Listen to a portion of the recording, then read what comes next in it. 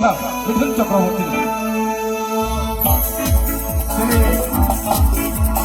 musician পাপিলানি মনোবল সাইয়ে और भाई बहनों को कॉन्फ्रेंस करने का